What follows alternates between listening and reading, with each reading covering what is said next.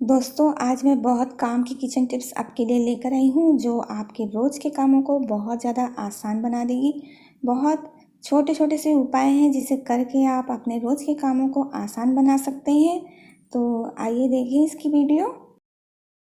फटी हुई रोटियों को कैसे फुलाएं। कई बार ऐसा होता है कि हम रोटी जब सेकते हैं उसके बाद इसे जैसे ही हम आग में सेकने के लिए डालते हैं, रोटी जो है फट जाती है और फूलती नहीं है, जिससे रोटी जो है वो सॉफ्ट नहीं बनती। तो मेरे इस ट्रिक से आप इसे फुली फुली बना सकते हैं। तो ये देखिए, मैंने रोटी यहाँ पे सेकने के लिए डाला है। अब इसे मैं आपको आग में डालकर दिखाती हूँ। अब ये देखिए, जब हम इसे आग में इस तरह से सेकने के लिए डाल रहे हैं तो ये एक जगह से फट गई है किनारे से। अब वहाँ से जो एयर है वो निकल जा रहा है, तो मैंने क्या किया, चिमटे से उस जगह को दबा दिया है। देखिए, अब उस जगह को आप इस तरह से पकड़ के रख सकते हैं चिमटे से, या फिर ज़ोर से प्रेस कर दें जिससे वो चिपक जाएगी। तो फिर रोटी जो है इस तरह से फुली फुली बनेंगी। तो आप इस ट्रिक से अब रोटियों को आसानी से फुला सकते हैं।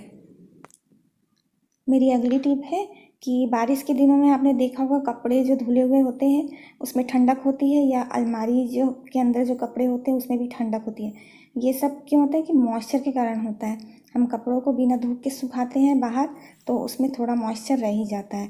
इस मॉइस्चर के कारण ही हमें स्किन के बहुत सारे प्रॉब्लम्स जो हैं वो फेस करने पड़ते हैं। स्किन में इचिंग हो जाती है, रैशेस आते हैं। तो इस मॉइस्चर को हटाने का मैं थोड़ा सा छोटा सा उपाय आपको बता रही हूँ। तो न्यूज़पेपर ले लें। न्यूज़पेपर अगर कम है तो आप सिंगल लेयर भी बिछा सकते हैं कपड़ों के बीच में इस तरह से, या फोल्ड करके भी रख सकते हैं। तो इस तरह से आप फोल्ड करके रख देंगे तो बचा हुआ जो मॉइस्चर है वो न्यूज़पेपर खींच लेगा। तो जितने भी कपड़े आपने घड़ी किए हैं उन घड़ी हुए कपड़ों के बीच में इस तरह से एक सिंगल लेयर न्यूज़पेपर की रखते जाए। इसी न्यूज़पेपर को आप रोज़ रोज़ यूज़ भी कर सकते हैं रिपीट करके। तो एक बार काट कर आप रख लें और उसको इस तरह से कपड़ों में लगा कर रखें। अलमारी के कपड़ों में भी आप इसी तरह से अरेंज करके रखें। इस ट्रिक से आप देखेंगे कि कपड़ों में इस तरह से सिलन की जो स्मेल जो आती है वो स्मेल नहीं आएगी, और कपड़े जो हैं अच्छे से सूखे हुए से रहेंगे। अगली जो मेरी टिप है वो रोज़ के मसालों के बारे में है। इन मसालों को हम रोज़ यूज़ करते हैं, रोज़ ही खोलते हैं और रोज़ ही इनमें चम्मच लगता है, और इसलिए ये जल्दी से ख़राब हो जाते हैं। हमें क्या करना है, इसमें फंगस लगने से या मॉइस्चर आने से बचाने के लिए हमें एक छोटा सा काम करना है। हमें लेना है या तो मूंग, खड़ा मूंग, या खड़ा चना, या फिर थोड़े से खड़े मटर। तो मैं यहाँ पे मटर ले रही हूँ। मटर के दाने 5-6 इस तरह से ले लें और उसे इसमें डाल दें।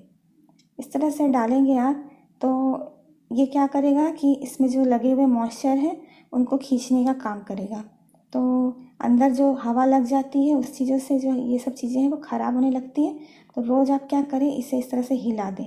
जो डेली यूज़ करने वाले मसाले हैं उसमें इसी तरह से डाल कर रखें, तो इसमें बिल्कुल भी मॉइस्चर नहीं आएगा अंदर, और फंगस बिल्कुल भी नहीं आएगा।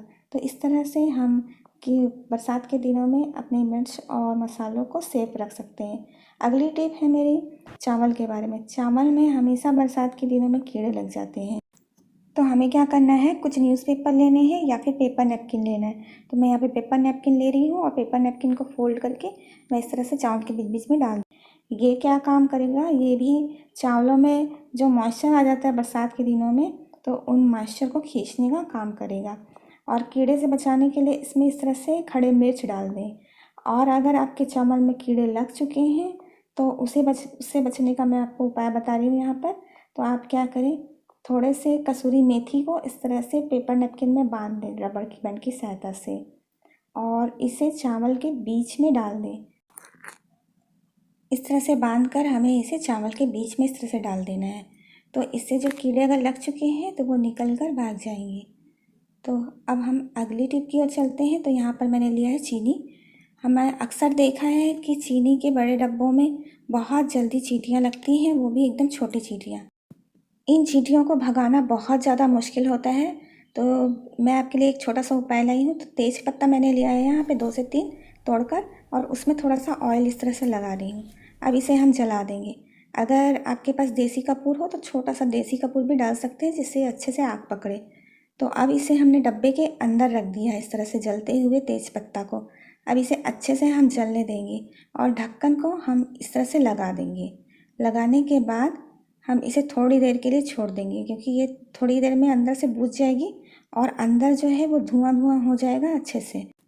जब इस तरह से हम करते हैं तो अंदर धुआं और गर्मी और तेज़ पत्ते की स्मेल से चींटियाँ जो हैं वो इधर उधर भागने लग जाती हैं और बाहर निकलने के लिए वो एकदम बेचैन हो जाती हैं। तो ये देखिए, इस तरह से जब अंदर अच्छे से धुआं भर जाएगा तो हम इसे क्या करेंगे, साइड से हल्का सा खोल देंगे।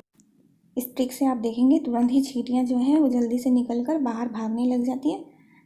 ये देखिए, अंदर अभी अच्छे से धुआं भर चुका है और मैं इसे थोड़ा सा खोल रही हूँ। बस इसी तरह से खोल कर हमें छोड़ देना है। अब जो चींटियाँ हैं इसी रास्ते से पूरी बाहर निकल जाएंगी। अब इन चीनी को आप जो है वो एयर टाइट कंटेनर में स्टोर करके रखें। तो मेरी बताई गई टिप अगर आपको अच्छी लगी हो तो चैनल को सब्सक्राइब ज़रूर करें, वीडियो को लाइक करें। Thank you.